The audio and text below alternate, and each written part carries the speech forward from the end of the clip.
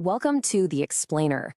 Today, we're diving into a book that really gets under the hood of what makes us tick.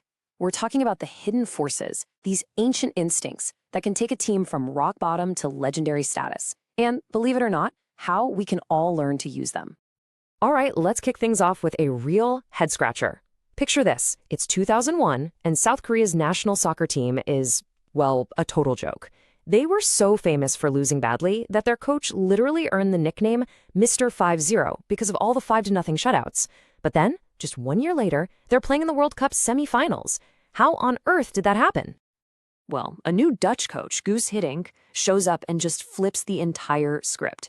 He started throwing out Korean customs that were, centuries old. He made rookies sit with the seasoned veterans at meals. He banned all the formal language players used with their elders. He even started calling fake fouls in practice just to force his players to argue with him.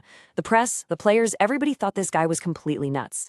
But here's the thing. It wasn't madness at all. It was actually a stroke of genius. Hiddink's totally bizarre rules are what launched that team all the way to the World Cup semifinals.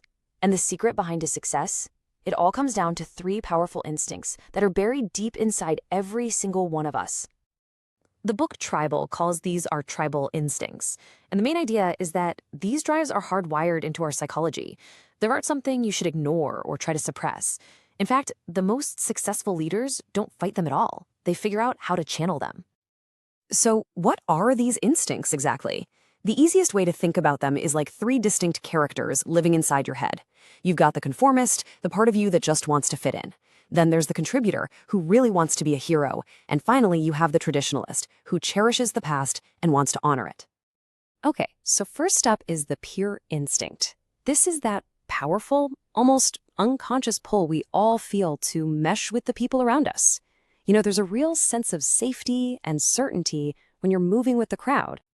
This is exactly why a slogan like this is so effective. I mean, if 50 million people are into Elvis, he's gotta be good, right? Our brains are just wired to take that shortcut. If the herd is doing something, it's probably the right thing to do. For a massive real-world example, just look at Prohibition in the United States. This enormous social change was driven almost entirely by perception. The temperance movements were so loud, so visible, and so organized that they created this powerful illusion that everyone wanted to ban alcohol. And for a while, that illusion was reality. But then a new technology came along, magazine polls, and it pulled back the curtain. Turns out there was a hidden wet majority the whole time. Once everyone saw what their peers actually thought, the perception flipped, and pretty soon, so did the law. So the crucial takeaway here is that you can tap into this pure instinct just by changing what people believe the group is doing. Okay, so that covers our instinct to follow the herd. But what about when we want to stand out from the crowd? Well, that brings us to our second instinct, the hero instinct. This is that deep-seated need we have to contribute something meaningful, to be valued, and to be seen as a hero by our tribe. Here's a great story. When Bank of America acquired Merrill Lynch, they made a critical error. They got rid of the firm's iconic charging bull logo. To the brokers, this was devastating. It was like their tribal flag had been torn down, their identity erased. Morale just hit rock bottom, and the top performers started walking out the door. Then, the new head of the division, Sally Krawcheck, stepped in. She did something incredibly simple, but unbelievably powerful. She made a single 3-word announcement. The bull is back. And with just those 3 words, everything started to turn around. See, by bringing back the bull, she did more than restore a logo. She gave her team their tribal icon back. It was a banner they could finally rally behind again. It reopened that path for them to be heroes for their tribe. And it just goes to show you the incredible power that symbols have to trigger our hero instinct. And that brings us to our third and final instinct, the ancestor instinct. This is our need to feel connected to something bigger and more timeless than ourselves, to honor the past, and to carry on the traditions of our tribe. And this instinct is ancient. We're talking 36,000 years ago ancient. In Chauvet cave in France, archaeologists found these absolutely breathtaking murals, but they also found a mystery. The art was actually created in 2 different periods, 6,000 years apart. So the big question is, what did that second group of artists do when they stumbled upon these ancient paintings? They didn't destroy them. They didn't paint over them. No, they studied them. They learned the style. And then they added their own art right alongside it. It was this conscious, deliberate effort to continue the project of ancestors they had never even met. It's just a beautiful example of this profound human need to honor the past and feel like we're part of a story that's much bigger than our own short lives. So there you have it, the peer, the hero, and the ancestor instincts. And what's really fascinating is that they rarely act alone. When they all come together, they can create something incredibly powerful. Just think about the Fukushima 50.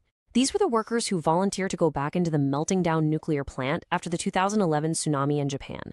Their incredible bravery was fueled by all three instincts at once. They invoked the ancient samurai code of sacrifice. That's the ancestor instinct. They became national heroes, willing to make the ultimate contribution. That's the hero instinct. And they had to rely on seamless, unbelievable teamwork just to survive. That's the peer instinct. It was all three instincts firing in concert. Which brings us right back to that South Korean soccer team. Coach Hiddink wasn't ignoring Korean culture at all. He was hacking it. He was a master of these tribal instincts. By banning the formal language, he triggered the peer instinct, turning them into a team of equals. By appointing young players as captains, he triggered the hero instinct, giving everyone a shot at greatness. And by creating new training routines, he used the ancestor instinct to build a new tradition, a tradition of winning. You see, he didn't fight their fundamental wiring. He rewired their tribe. He masterfully channeled their natural instincts to turn a team of underdogs into absolute legends. So the big takeaway from all this is that these instincts aren't some kind of bug in our system. They're a feature. They are the blueprint of who we are. They're always at work, whether we're at the office, in our communities, or with our families. You can't turn them off. So the real question isn't whether or not they exist. The question is, how are you going to channel them? How will you use them? All right, that's a wrap on today's summary. Thanks for listening. If this book summary sparked your curiosity or gave you new insights, don't forget to like, subscribe, and hit the bell so you won't miss our next summary. Keep reading, keep growing, and see you in the next one.